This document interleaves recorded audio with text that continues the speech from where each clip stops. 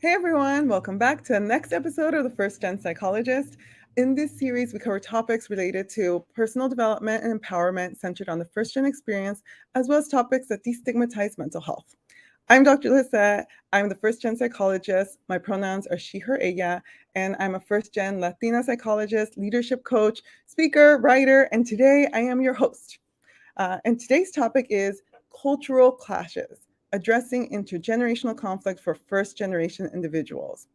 And we will be learning more about this from Dr. Nicole Enrique, who's a PsyD. She's a licensed clinical psychologist and a former first gen student. Let me share a little bit more about Dr. Nicole Enrique with you all. So Dr. Nicole Enrique is a licensed psychologist and founder and CEO of Laguna Psychological Services. She received her BA in psychology from the University of California in LA, so UCLA, as well as her master's, her MA, and doctorate in clinical psychology from Azusa Pacific University. Dr. Enrique works with adults across California who want to live fuller lives and have better relationships. She is passionate about providing culturally responsive care that recognizes not just the individual, but the systems and contexts that they are living in. So, welcome, Dr. Enrique. It's so lovely to have you here today. How are you? Hi, Dr. Lizette. I'm doing well. Thank you so much for having me. I'm pretty excited to be here and spend time. Yeah. And I'm so excited. I'm extra excited to have Dr. Enrique on today because she was a postdoc where I was working for a little bit. It's nice to watch someone's journey as they go from pre-license to post-licensure. So you're a licensed professional now. Yes, finally here on the other side, and it's so meaningful to reconnect. Yeah. After some time apart. Really nice. Absolutely.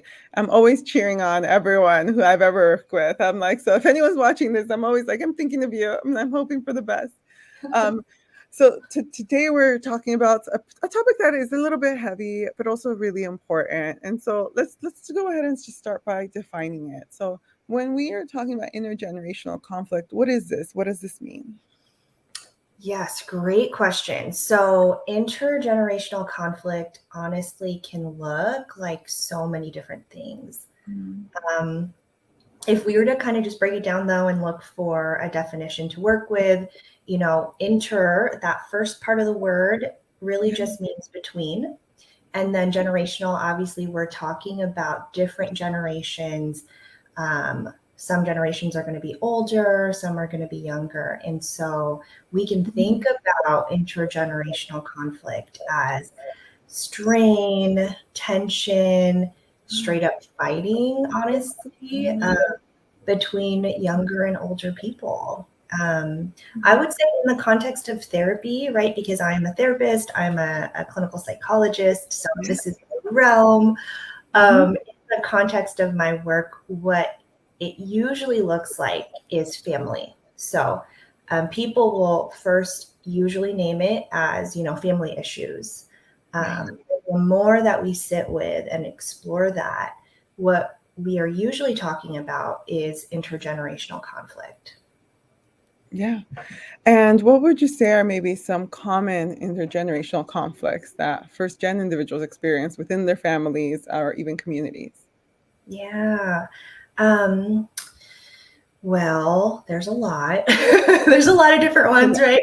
Yeah. Anything we care about, we're going to fight about in our families. So Yeah. let's just set that out there. I would say though the most common ones that come to mind for me are usually something like someone saying, I'm struggling because my parents really do not support my career choice or what I'm choosing to major in college.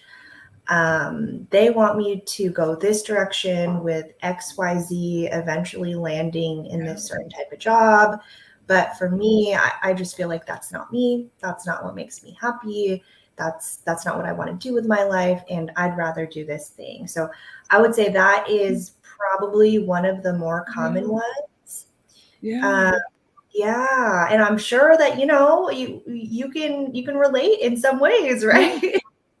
Yeah, when you think of what I'm hearing, and that's just the expectations, right? Like a really big common intergenerational conflict would be the very different expectations of what success looks like, 100%. of what, I think that's the best way to simplify it. What does success look like? And um, trying to navigate feeling this sense of a familial obligation or obligation to the desires of the Yeah, family, and then having to hold maybe your individual desires as well and creating space for that, right? So absolutely. that's I think how I was framing it in my mind as you were talking. I love that you use that word expectations, because you take that word and you could lay that on top of almost every part of life. So like we talk about expectations in terms of career and education, but then honestly, families also hold expectations around things like marriage and the type of partner Mhm. that they want their Mhm. child to choose. And that's another really common thing that we see that Yeah. sparks intergenerational conflict, right? Like parents or grandparents or aunts and uncles really having a certain expectation, whether or not they say it out loud, of who they Yeah. believe you should be dating and eventually maybe even Yeah. marry and try to have children with. Yeah. Yeah. Yeah. No, and that, you know, like you when you answer this question, you're like, there's so much, right? We're just Mhm. giving some examples. And I Right. hope those of you who are listening, you're hearing it and you're thinking about, in what areas have I had a conflict with expectations. And this is likely one of those intergenerational conflicts that I'm experiencing, right? In your personal life, in your professional life, in your social life, right? Like it can happen across that, right? Well, like I think of so much of the saying in Spanish is dime con quién andas y te diré quién eres, which is tell me who you spend time with and I'll tell you who you are, right?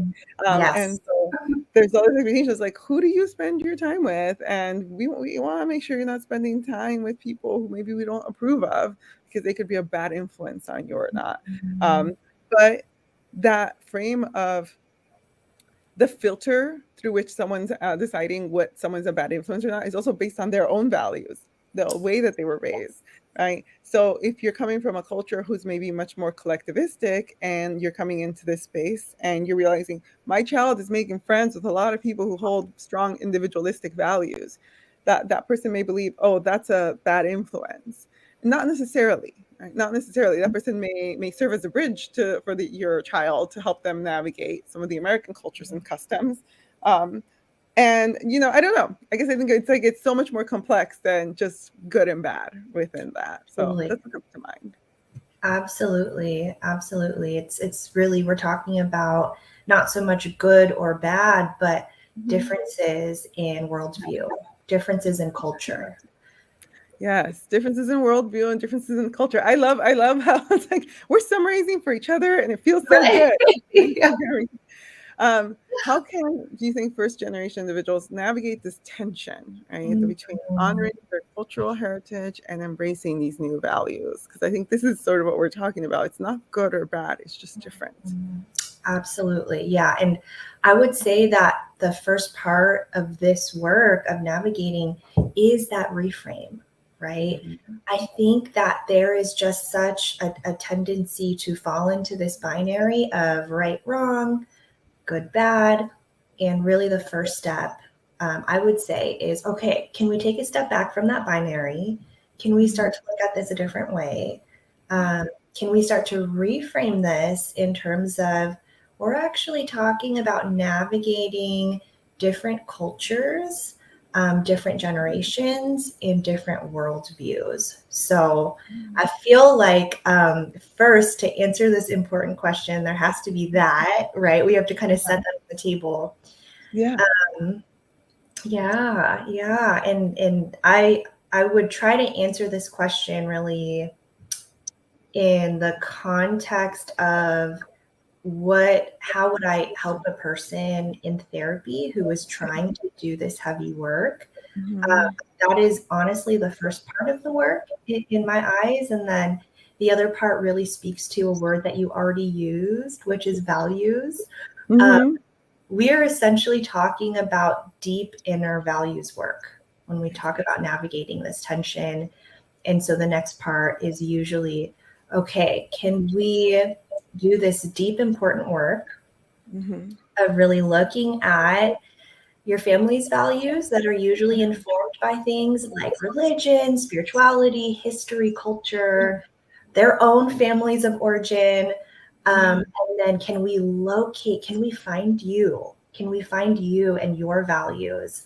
Because a Yeah. lot of times your values are somewhere in between what your family values and then what is the majority American stateside kind of value Mhm. system.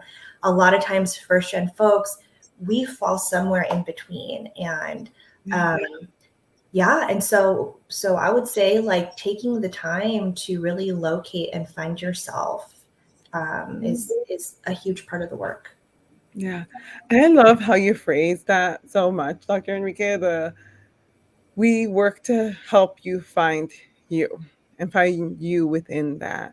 And that can be so tough when that you're first gen, because there's so many pressures to, sometimes it's assimilate, or sometimes it's assimilate to a dominant culture, or sometimes there's a pressure to retain so much of your like family of origin culture.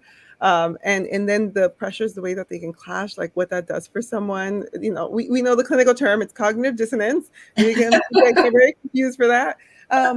But on an individual level, being able to simplify it and say, you are a combination of all of everything that you're learning, of everything that you're observing. And it's okay to make choices around, what feels better for you in any specific Absolutely. thing, right? And it might not be the same as your parents or your Mhm. primary caregivers. And it also might not be the same as your closest friends and colleagues, right? There's still something that's varied within that. So it's such a unique experience for every individual. Which I think in my mind, I'm like, when I go back to collectivistic or individualistic, if you're coming from a very collectivistic background, thinking about the you, the me, Mhm. is so hard to Oh have. yeah. It's like, we can talk about the me and the you, like we can do that. And you spoke to this question just now, so I wasn't sure if you wanted to add to this, but it was if there are any other cultural norms or traditions that commonly clash with the values and expectations. That you were giving some examples. I don't know if there's any more you'd like to add to this. I'm just gonna open Yeah, that up. no, I really appreciate, I mean, there's so many that we could talk about, right? And besides the ones I've already named, um, I would say so for some communities, for some cultures, especially collectivistic ones, this idea of filial piety, that you are so a part of the collective, that even having your own opinions that go against the grain, where you disagree with the older generation, already that's like -1. You are docked a point, right? Yeah, Like yeah, not allowed here. And so to be able to like name that, and say, no, you're allowed to tune in and see like, okay, what about this do you not agree with, or what is your opinion on this very specific thing? Because I think this cultural norm of filial piety, it inherently doesn't make space for that. yeah. And as you were talking, and I'm going to be transparent with you, I was like, it is a term that I had not heard before, and so I'm learning something new here with you. And so I did like a quick Google search, and so I can totally read those results. But I wanted to hear from you. How would you briefly defined it, but how would you define filial piety? Yeah, so my kind of working definition of filial piety, honestly, it has roots in, some different Asian cultures. Kind of that part of the world is really where we hear this term a lot more. But it's really this idea that inherently older generations hold more power, more wisdom, more clout, and so when you're coming from that frame already, there's bound to be intergenerational conflict, right? Okay. As you said that to me, like the way that I was raised, that would be in alignment with the value of respect, Yes. respecting our elders. So just respeto, like that encompasses all of that. Anyone who's in a higher position than you or a higher power, they know more than you. They know more than you. Have to respect what they do. And I will tell you, Dr. Enrique, that till this day, I still have to fight it. I'm still actively fighting. I have moments where I'm like, what do you like? Well, I'm like, whatever you want. Like in my mind, I'm like, but you're older than me. You're the wiser person. Like I need to defer to you. And I still have to be intentional about noticing when I fall into that, especially with my elders. I think of my interactions with my parents, my future in-laws, and I feel that pressure of like, well, you're older, so you must know better. And so I have to respect you, even if I maybe disagree in this moment, and having to navigate that. So that's how I framed it for myself as I was hearing you explain filial piety. Yes, I love how you made that flesh and bone just there. That is exactly what filial piety can look like lived out, right? In your personal experience.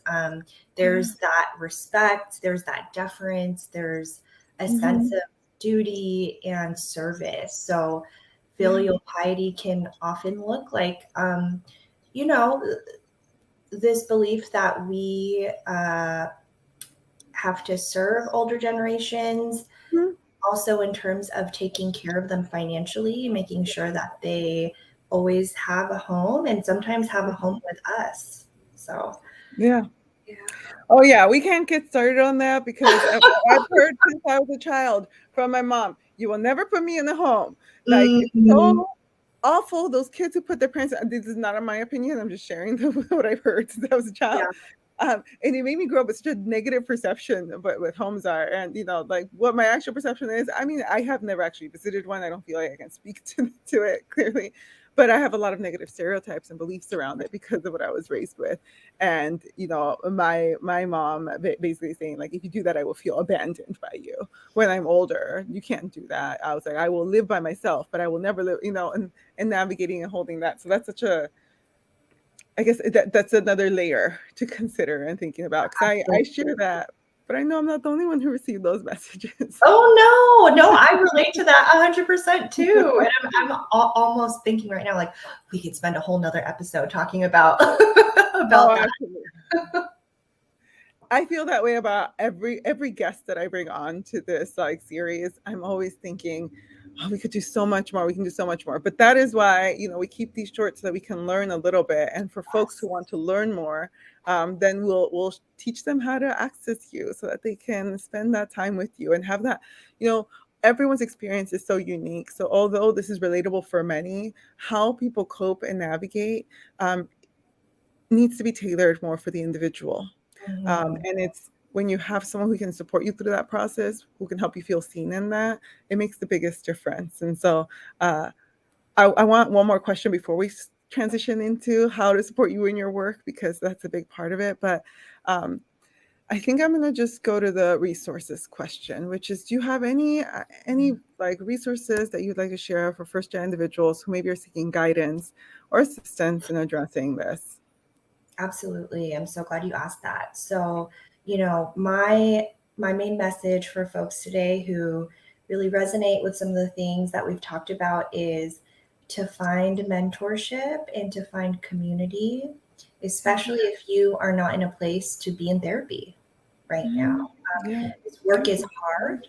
Yes, this work is hard. It's heavy, and there can be strength and honestly liberation in knowing that you are not alone, and that there are other people all around the world who are attempting to do this work too for themselves. And so community and mentorship, those are the two things I really, really want to, highlight for folks today.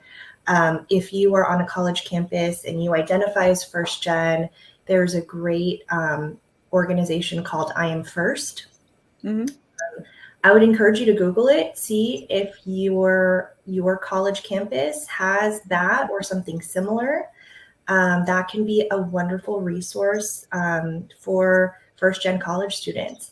So there is that, and then there's actually a couple books for those that are open to reading and kind of want to do some of that internal work themselves or supplement their therapy with reading. There's a couple books that you could check out. One of them is called Permission to Come Home, and that is by Dr. Jenny Wang. That is really geared towards Asian Americans who, experience some of these challenges that we've talked about today. There's another book called, and I don't want to butcher this, let me make sure I'm saying it right. It's called I Never Thought of It That Way, and that's by Monica Guzman. So two books that you could check out if you want to continue reading about some of these things. Perfect. And I just listed them down here because you did send them to me ahead of time. And so I was like, let me put them on here so that folks can see it. So Permission to Come Home by Dr. Jenny Wang and I Never Thought of It That Way by Monica Guzman. And so that's on here. And it will also be in the show notes for folks. But here's just, if you want to see it. Wonderful. I love these resources, Dr. Enrique. And here's my last big, most important question is how can we support you and your work? Oh, thank you so much for asking this. It means a lot. So one easy way that you could support me and the work that I'm doing is just to visit my website. I know that Dr. Lizette will have an easy way for you to link to that website, but please feel free to visit the website, take a look at some of the services that I'm offering and some of the things that I'm doing. If you are interested in a workshop or a talk about some of the things that were mentioned today, please don't hesitate to reach out to me.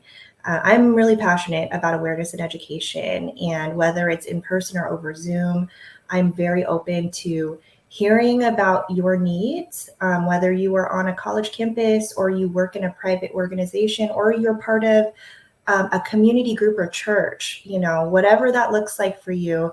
If any of these things seem like, hey, I want to spread awareness, I want my community to have access to these ideas, please feel free to reach out. I'm happy to tailor something according to what's going to be helpful for you and your people. So, yeah. That is amazing, Dr. Enrique. So you heard it. Go on her website, hire her for your next speaking engagement.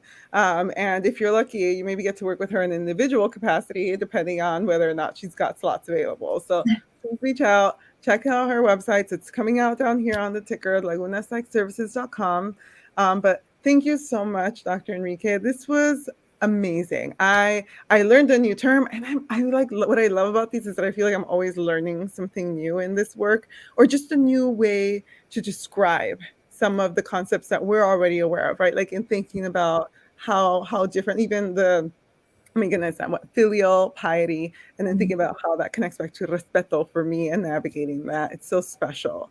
And so thank you again, Dr. Enrique. Such a pleasure. Thank you so much, Dr. Lizette. It's been an honor to share space with you, and I look forward to connecting again in the future. Awesome. And so thank you everyone who joined us today live.